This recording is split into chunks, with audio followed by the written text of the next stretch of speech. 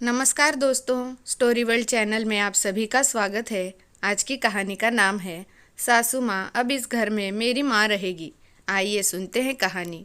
आज पूरे 3 सालों के बाद विकास अपने देश भारत लौट रहा था और अपनों से मिलने की खुशी उसे अंदर ही अंदर उत्साहित हो रहा था। उसने अपने आने की खबर भी अपने घर वालों को नहीं की थी, क्योंकि वह उन्हें सरप्राइज देना चाहता था। नौकरी के सिलसिले में अमेरिका गया था, लेकिन इन 3 सालों में अपने काम में कुछ ऐसा उलझ गया था कि अपने देश वापस लौटकर नहीं आ पाया। एयरपोर्ट पर उतरकर विकास सोचने लगा कि पिछली बार जब उसकी पत्नी दिव्या से उसकी बात हुई थी तो उसने बताया था कि माँ की तबीयत आजकल ठीक नहीं रहती। शायद उन्हें शहर की हवा रास नहीं आई, इसीलिए कुछ दिनों के लिए वो गांव में रहने चले गए हैं। कुछ समय के लिए उन्होंने मंजू काकी के घर पर ही एक कमरा किराए पर ले लिया है। विकास जल्द से जल्द अपने माँ पिताजी से मिलना चाहता था, इसीलिए वो एयरपोर्ट पर उतरकर अपनी पत्नी से मिले बिना ही टैक्सी करके सीधा गांव के लिए निकल गया। गांव पहुंचकर जैसे ही टैक्सी से बाहर निकला तो गांव की मिट्टी की सौंधी सौंधी खुशबू से उसे अपनी ओर आकर्षित करने लगी। उसका बचपन उसकी आंखों के सामने किसी चलचित्र की तरह दिखाई देने लगा। मंजू काकी के घर जाते हुए वो गांव की हर एक गली और एक नुक्कड़ को बड़े ध्यान से देखता जा रहा था और अपने माता पिता के साथ वहां बिताया गए अनमोल पलों को याद करता जा रहा था। जब विकास मंजू काकी के घर पहुंचा तो उसे देखते ही काकी के बूढ़े चेहरे पर एक मुस्कुराहट फैल गई। प्रणाम काकी, कैसी हैं आप? मैं अच्छी हूँ बेटा, तुम लोगों का क्या हालचाल है? मैं ठीक हूँ काकी। ऐसा कहते हुए विकास इधर उधर नज़र दौड़ाने लगा। उसकी नज़रें अपने माँ बाबूजी को ढूंढ रही थी। तभी मंजू काकी बोली, क्या हुआ विकास बेटा, किसे ढूंढ रहा है? फिर विकास कहने लगा कि मेरे माँ पिताजी कहाँ हैं? बहुत समय हो गया उनसे मिले हुए, क्या आप उन्हें बुला देंगी? विकास की बात सुनकर मंजू काकी हैरान रह गई। ये क्या बात कर रहे हो बेटा? तुम्हारे माँ बाबूजी तो शहर में ही रहते हैं ना? मुझे तो कितने साल हो गए तेरी माँ से मिले हुए। ये सुनकर विकास के चेहरे का रंग उड़ गया और फीकी सी मुस्कुराहट के साथ बोला, लेकिन काकी, माँ बाबूजी तो कब से गांव में वापस आ चुके थे और वो तो यहीं गांव में आपके घर पर रह रहे थे। तभी काकी हैरानी से बोली, नहीं विकास बेटा, तुझे कोई गलतफहमी हुई होगी। तेरी माँ बाबूजी तो कब से यहाँ आए ही नहीं हैं। सुजाता से मिलने को तो मेरी भी आंखें कब से तरस गई है। ये सुनकर विकास की हैरानी का ठिकाना ही ना रहा। वो गंभीर सोच में पड़ गया। फिर बाहर निकलकर विकास गांव के अन्य लोगों से भी पूछताछ करने लगा, लेकिन उसे कुछ पता नहीं चला। आखिर माँ बाबूजी कहाँ हैं? ये सोचते हुए उसने अपनी पत्नी को फ़ोन लगाकर उससे पूछना चाहा तो पाया कि उसकी पत्नी का तो फ़ोन बंद आ रहा था। उसने बहुत बार कोशिश की, लेकिन अपनी पत्नी से बात नहीं कर पाया। थक हार कर विकास वापस टैक्सी में बैठ गया और अपने शहर की ओर निकल पड़ा। विकास को इतना परेशान देखकर टैक्सी ड्राइवर ने उससे उसकी परेशानी का कारण पूछा तो विकास ने उसे सारी बात बता दी। जैसे ही वे लोग शहर पहुँचे तो टैक्सी ड्राइवर ने गाड़ी को माता रानी के मंदिर के बाहर रोक दिया और कहने लगा, बाबूजी, इस मंदिर की बहुत मान्यता है। कहते हैं इस मंदिर में माथा टेक कर जो भी मांगो वो दुआ पूरी हो जाती है। टैक्सी ड्राइवर की ये बात सुनकर विकास भी उस मंदिर में माथा टेकने चला गया। मंदिर में प्रार्थना करने के बाद जैसे ही मंदिर के प्रांगण में आया तो उसने देखा कि वहाँ बहुत भीड़ जमा हुई थी, क्योंकि वहाँ कुछ लोगों द्वारा प्रसाद वितरित किया जा रहा था और बहुत से गरीब और भूखे लोग वहाँ पर प्रसाद लेकर खा रहे थे। तभी उसकी नज़र एक बूढ़े व्यक्ति पर पड़ी। वो व्यक्ति मैले कुचैले कपड़ों में था। उसकी दाढ़ी और नाखून बड़े हुए थे और मुश्किल से ही चल पा रहा था। वो भीड़ में घुसकर प्रसाद लेने की कोशिश कर रहा था, परंतु कोशिश करने के बावजूद भी अंदर जाने में नाकामयाब हो रहा था। वो कमज़ोर बूढ़ा व्यक्ति हिम्मत करके फिर प्रयत्न करने लगता, परंतु भीड़ में टिक पाने में वो स्वयं को असमर्थ पा रहा था। लेकिन जैसे तैसे कोशिश करने के बाद जब वो प्रसाद लेने के लिए पहुंचा, तब तक प्रसाद समाप्त हो चुका था। वो बूढ़ा व्यक्ति निराशा से निढाल होकर वहीं बैठ गया। उसकी आंखों से आंसू आने लगे। विकास को उस व्यक्ति पर बहुत तरस आया। वो दौड़कर उनके पास आया और उनके कंधे पर हाथ रखकर कहने लगा, बाबा, आप परेशान मत हो, मैं आपके लिए खाना लेकर आता हूँ। ऐसा कहते हुए जैसे ही विकास खाना लेने के लिए जाने लगा तो एकदम से वो रुक गया और उसे वो व्यक्ति कुछ जाना पहचाना सा लगा। उसे ऐसा लगा जैसे उस वृद्ध व्यक्ति में अपने पिता की झलक दिखाई दी हो। एकाएक उसके दिल की धड़कन तेज हो गई और वो जाते जाते अचानक रुक गया और वापस मुड़कर विकास ने उस वृद्ध व्यक्ति की ओर गौर से देखा तो उसे एहसास हुआ जैसे उसकी आंखों के सामने जैसे अंधेरा ही छा गया हो। वो देखकर दंग था कि मैले कपड़ों में वो बुजुर्ग व्यक्ति कोई और नहीं बल्कि उसके पिता मोहनलाल जी थे। उनकी आंखें चेहरे के अंदर तक धंस चुकी थी और शरीर कंकाल मात्र रह गया था। विकास को अपनी आंखों पर भी विश्वास नहीं हो रहा था। कुछ पल के लिए तो उसके मुंह से कुछ शब्द ही नहीं निकल पाए। फिर रुंधे गले से वो बोला, पिताजी, आप यहाँ कैसे, इस हालत में? आपकी ये हालत कैसे हो गई और आप कहाँ चले गए थे? मैंने आपको कहाँ कहाँ नहीं ढूंढा। ऐसा कहते हुए विकास अपने पिता के गले लग गया। तभी मोहनलाल जी ने एक नज़र उसकी ओर देखा और घृणा से उसे झटकते हुए कहा, हमारी हालत का जिम्मेदार केवल तू है। तू अब क्या लेने आया है मेरे पास? अपने माँ बाप पर दया आ गई या फिर ये देखने आया है कि तेरे माँ बाप जिंदा भी है या मर गए? तभी विकास बोला, नहीं बाबूजी, ऐसा मत कहिए, मुझे आप लोगों के ऐसी हालत के बारे में कुछ भी मालूम नहीं था। तभी मोहनलाल जी की आंखों में गुस्सा और नफरत के भाव लिए बोले, अच्छा चलो मान लिया कि तुझे हमारी हालत के बारे में नहीं पता था, लेकिन हमें यहाँ आए लगभग 3 महीने बीत चुके हैं। अपनी पत्नी को तो घर पर तू रोज़ फ़ोन करता ही होगा। क्या तूने हमारे बारे में अपनी पत्नी से पूछना तक ज़रूरी नहीं समझा? मोहनलाल जी बोले तो विकास रोते हुए बोला, नहीं पिताजी, आप ऐसा सोच भी कैसे सकते हैं कि आपका बेटा अपने माँ बाप के प्यार और त्याग को भूल जाएगा?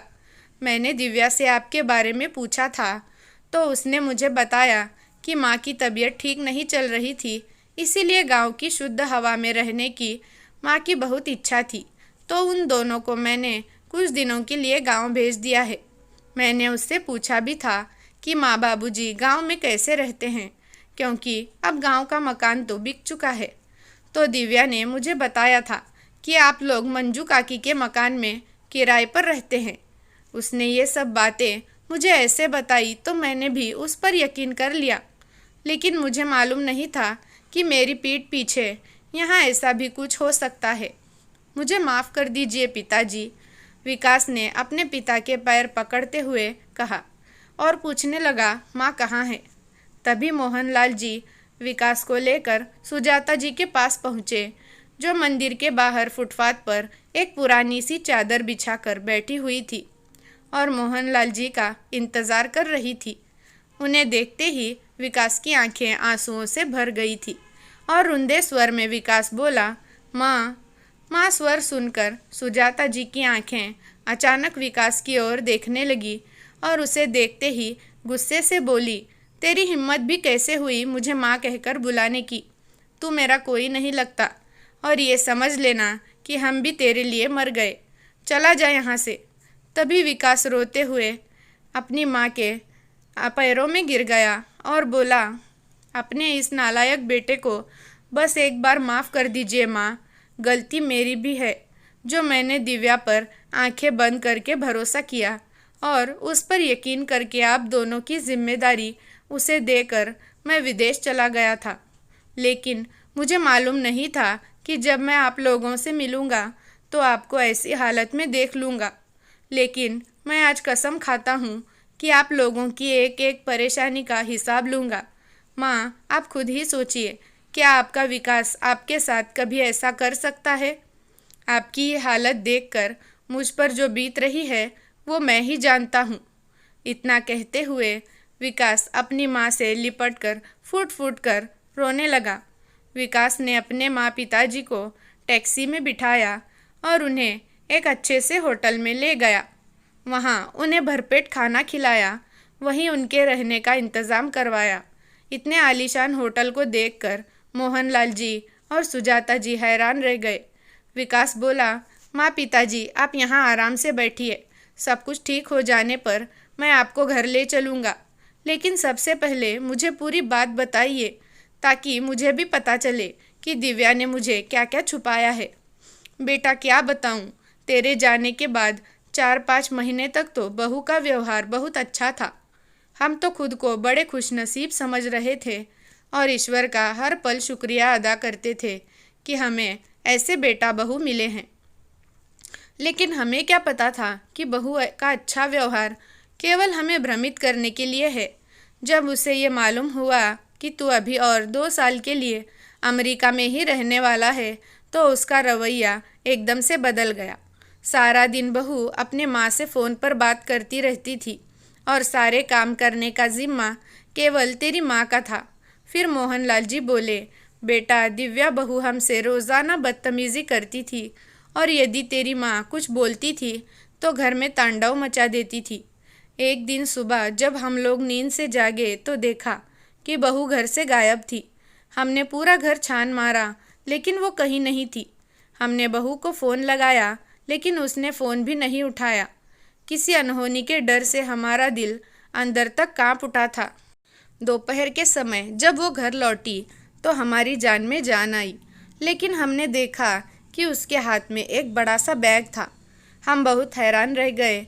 इससे पहले कि हम उसे कुछ पूछते उसने बोला, माँ पिताजी आप लोग आज के आज और अभी के अभी अपना सामान अपने कमरे से निकाल लीजिए और स्टोर रूम में रख दीजिए। आज से आप हाल में सोएंगे क्योंकि आज से मेरी माँ इस घर में रहेगी। बहू की ये बात सुनकर मोहनलाल जी और सुजाता जी को बड़ी हैरानी हुई।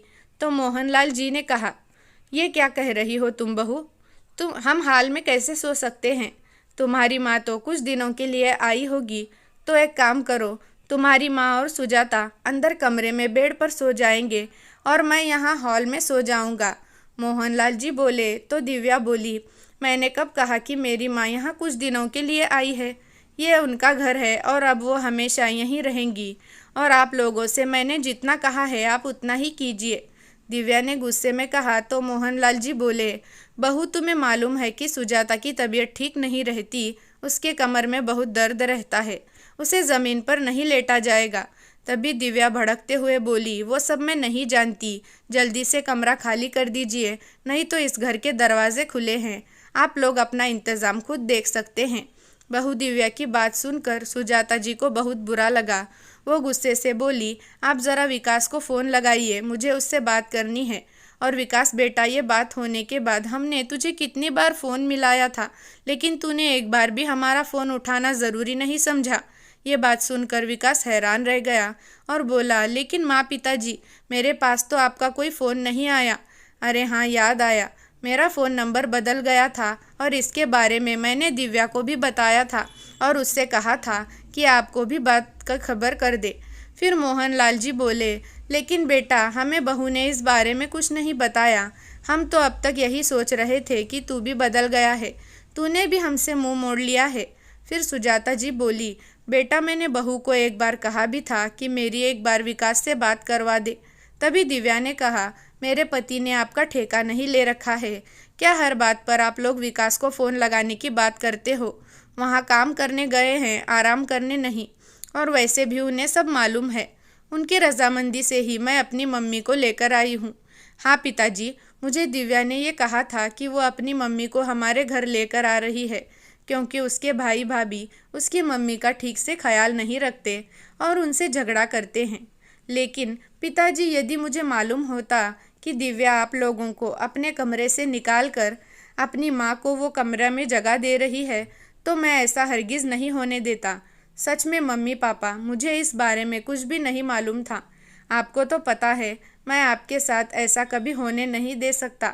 एक दिन तेरी माँ को बुखार आया था और वो आराम कर रही थी, तभी बहू ने उसे खाना बनाने को कहा तो मुझे गुस्सा आ गया और मैंने बहू से कहा, तुम्हारी सास बीमार है, उसे तेज़ बुखार है और उससे ठीक से चला भी नहीं जा रहा है, और तुम हो कि उसे काम बता रही हो। इस पर समधन जी मुझे कहने लगी कि आप जाकर इनके लिए दवाई ले आइए, दवाई खा लेंगी तो राहत भी मिलेगी और काम में भी मन लगेगा, और वैसे भी तबीयत ठीक हो या नहीं हो, घर का काम तो करना ही पड़ता है।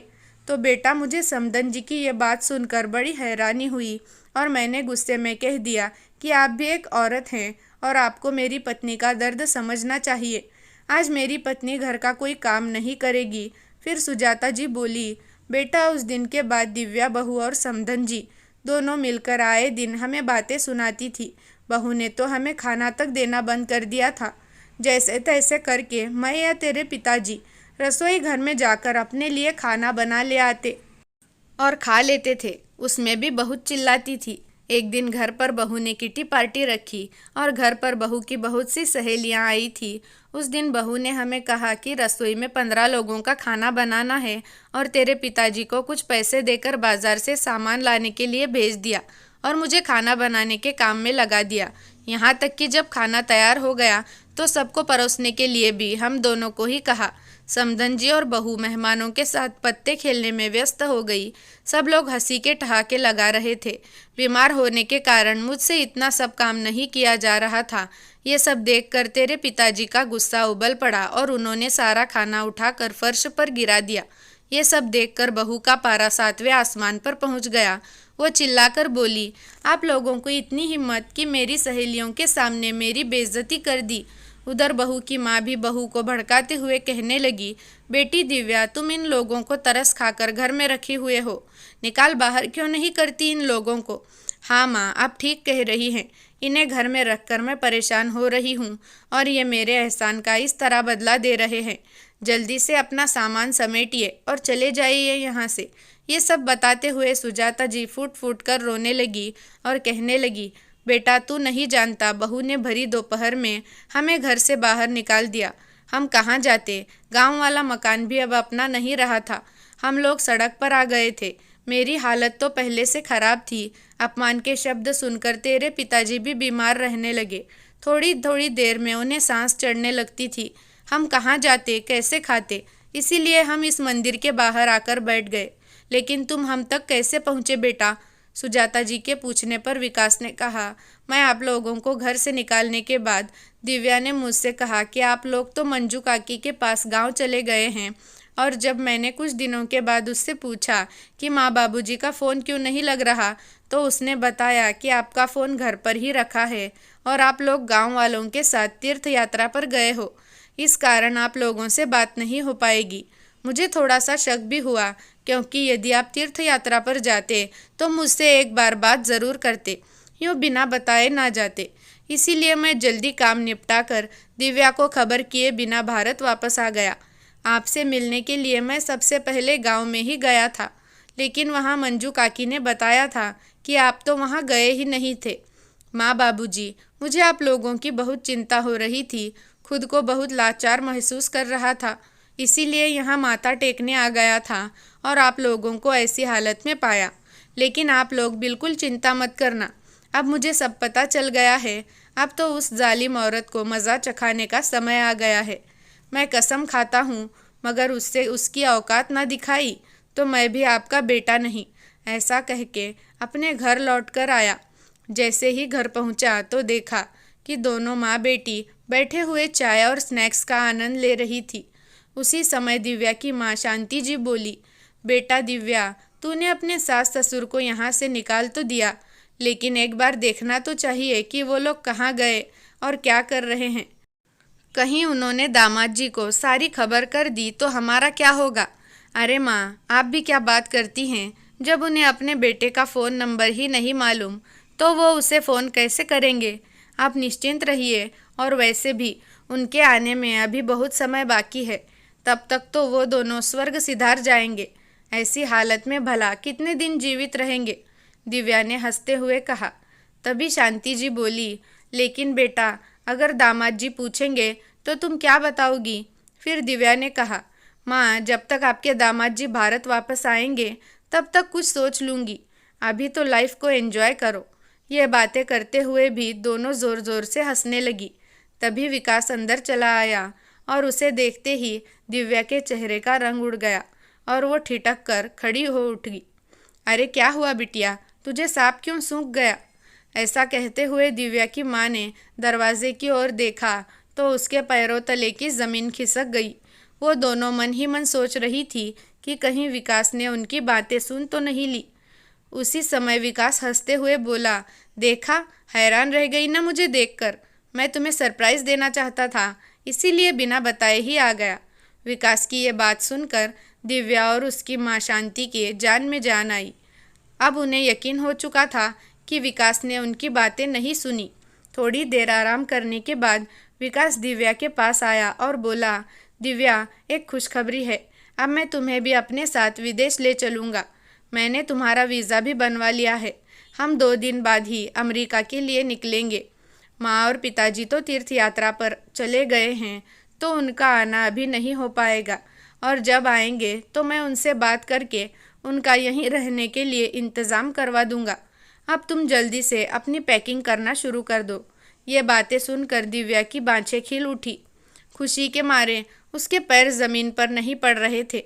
तभी शांति जी, जो ये सब बातें सुन रही थी, परेशान होते हुए बोली, दिव्या बेटा, तुम तो विदेश जाने के बारे में सोच रही हो, लेकिन ये भी तो सोचो, फिर मेरा क्या होगा? देखिए माँ, मैंने इतने दिन आपको रख कर आपकी सेवा की है। अब आप भैया भाभी के पास वापस जाइए। कोई बेटी के घर भी इतने दिन रहता है भला? जाइए, उनसे माफ़ी मांग लीजिए। अब आपके कारण मैं विदेश जाना तो नहीं छोड़ सकती ना। पता है मैं कितना तरसती थी विदेश में जाने के लिए, और अब जब मौका मिल रहा है तो मैं इस मौके को हाथ से नहीं जाने दूंगी। अपनी बेटी के मुंह से ये बातें सुनकर उसकी माँ हैरान रह गई। अगले ही दिन उसने अपनी माँ को अपने घर से विदा कर दिया और खुशी खुशी विदेश जाने की तैयारियों में लग गई। जिस दिन उसकी फ़्लाइट थी, विकास ने उसे फ़्लाइट में बिठाकर कहा, तुम यहीं बैठो, मैं बस 2 मिनट में आया। लेकिन जब फ़्लाइट उड़ने का समय हुआ तब भी विकास वापस नहीं लौटा था। दिव्या ने घबराते हुए बैग में से अपना फ़ोन निकाला। तभी उसने देखा कि फ़ोन के पास एक कागज़ रखा हुआ था। जैसे ही उस कागज़ को खोलकर देखा तो उसमें लिखा था, जाओ और खूब मज़े करना विदेश में। अब तुम्हें मालूम पड़ेगा कि किसी इंसान को अकेले और बेसहारा छोड़ देने का क्या मतलब होता है। तुमने मेरे माँ पिताजी को घर से धक्के मारकर निकाल दिया था, उन्हें दर दर की ठोकरें खाने पर मजबूर कर दिया था ना। खून के आंसू रुलाया है तुमने उन्हें। अब तुम भी विदेश में भीख मांगना, और जब भीख मांगकर पैसे इकट्ठा हो जाएं तो वापस आ जाना और अपनी माँ के साथ ही रहना, क्योंकि अब मेरा तुमसे कोई रिश्ता नहीं है। तब तक दिव्या ने ये पत्र पढ़ा, तब तक फ़्लाइट उड़ चुकी थी। हवाई जहाज़ के उड़ने के साथ साथ उसे ऐसा महसूस हुआ कि उसकी जान ही निकलती जा रही है। विदेश में रहने की अपनी इच्छा के कारण वो अपने सास ससुर से छुटकारा पाना चाहती थी, और अपनी इस इच्छा के कारण ही उसने अपनी माँ को भी बेसहारा छोड़ दिया था। आज दिव्या विदेश में दर दर की ठोकरें खा रही थी और अपने किए पर पछता रही थी, क्योंकि आज वो अपने ही बुने जाल में बुरी तरह से फंस चुकी थी। इधर मोहनलाल जी और सुजाता जी की शादी की 50वीं सालगिरह पर विकास ने उन्हें एक बड़ा सा आलीशान फ्लैट खरीद कर दिया और होटल से उन्हें सीधा इस फ्लैट में लेकर गया।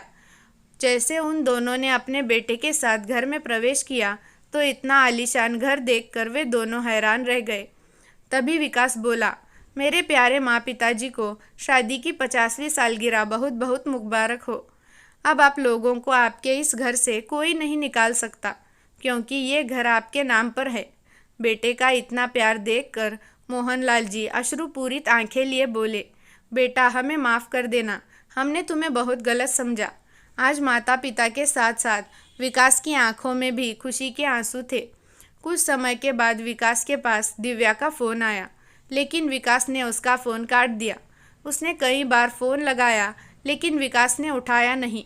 तभी मोहनलाल जी के पूछने पर विकास ने उन्हें सब कुछ बता दिया कि किस तरह उसने दिव्या को उसके बुरे कर्मों की सज़ा दी है।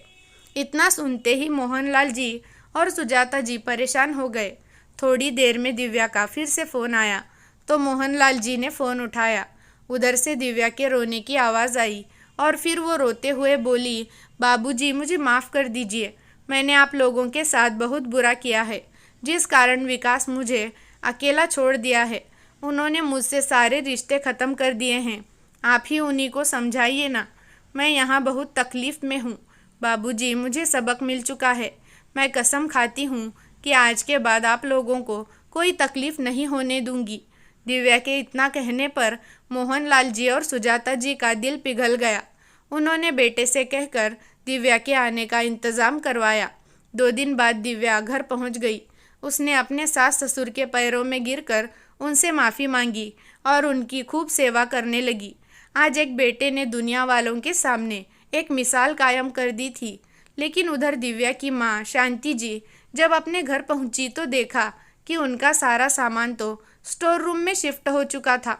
उनके अपने कमरे में उनके लिए कोई जगह नहीं थी, क्योंकि उस कमरे में उनकी बहू के पिताजी आराम फरमा रहे थे और टीवी पर गाना बज रहा था, जो बोएगा वही पाएगा, तेरा किया आगे आएगा।